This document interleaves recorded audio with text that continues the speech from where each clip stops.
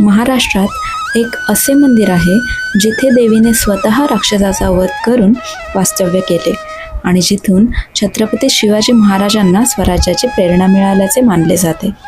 कोणते आहे हे शक्तिपीठ? चला जाणून घेऊयात. ज्या देवीला छत्रपती शिवाजी महाराज आपली कुलदेवता मानत होते आणि जिच्या आशीर्वादाने स्वराज्याची मुहूर्तमेढ रोवली गेली, ती आहे तुळजापूरची तुळजाभवानी माता. महाराष्ट्रातील धाराशिव जिल्ह्यातील तुळजापूर हे शहर जगप्रसिद्ध आहे, ते येथील तुळजाभवानी मंदिरामुळे. 3.5 शक्तिपीठांपैकी एक असलेले हे मंदिर लाखो भक्तांच्या श्रद्धेचे केंद्र आहे. तुळजाभवानी देवीला महाराष्ट्राची कुलस्वामिनी मानले जाते. लोकश्रद्धेनुसार देवीने शिवरायांना स्वराज्य स्थापनेसाठी आशीर्वाद दिला आणि भवानी तलवार प्रदान केली होती. त्यामुळे या मंदिराला इतिहासात विशेष स्थान प्राप्त झाले आहे. तुळजाभवानी मंदिराचा इतिहास शेकडो वर्षापूर्वीचा आहे. प्राचीन दगडी बांधकाम, हेमाडपंथी वास्तुकला आणि सुंदर शिल्पकला यांमुळे हे मंदिर स्थापत्यकलेचाही एक उत्कृष्ट नमुना मानले जाते. मंदिरात प्रवेश करण्यासाठी भाविकांना अनेक दगडी पायऱ्या उतराव्या लागतात, जे या मंदिराचे एक वेगळे वैशिष्ट्य आहे. पौराणिक कथेनुसार अनुभूती नावाची एक पतिव्रता स्त्री जंगलात तपश्चर्या करत होती. तिच्या तपश्चर्येमुळे संतापलेल्या कुकुर नावाच्या राक्षसाने तिचा छळ सुरू केला.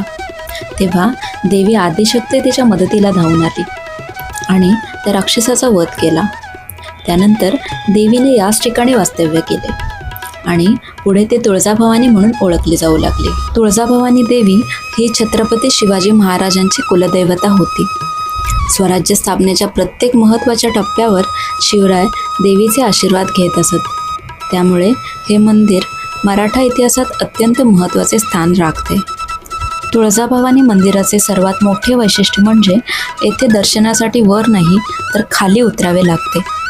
यामागे अशी श्रद्धा आहे की देवीने राक्षसाचा वध केल्यानंतर या ठिकाणी भूमिगत स्वरूपात वास्तव्य केले.